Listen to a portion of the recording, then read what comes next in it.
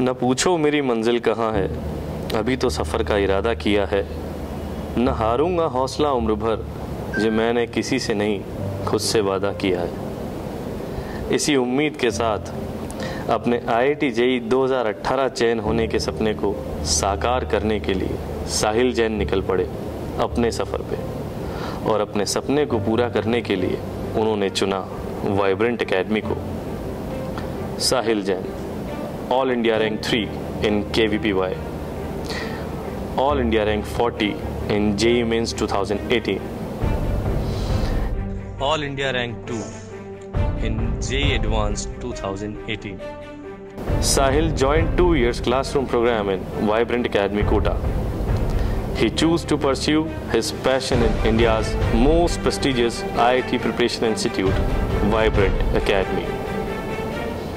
Sahil has been a great source of motivation for our students and will play an active role in upcoming years as well for thousands of JEE aspirants.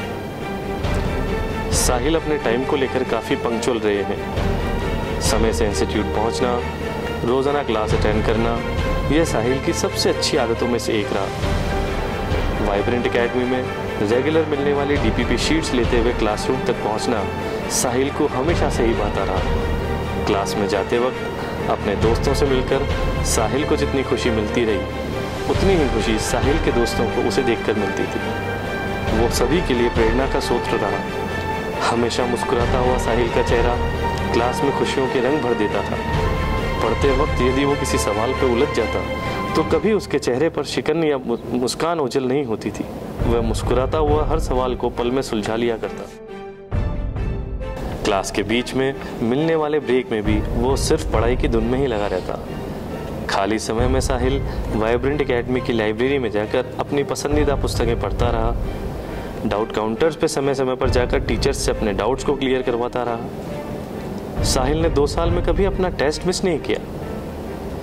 IIT JEE 2018 के paper pattern में बदलाव को होने के बाद online test की practice के लिए वो कंप्यूटर लैब में जाया करता रहा। साहिल ने अपने दिमाग में कोई डाउट नहीं रखा, चाहे वो थ्योरी पार्ट हो या प्रैक्टिकल। वाइब्रेंट एकेडमी की प्रैक्टिकल लैब में भी साहिल अपने प्रैक्टिकल्स बखूबी करते रहे। So when the sun is shining, I can do anything. No mountain is too high, no trouble too difficult to overcome.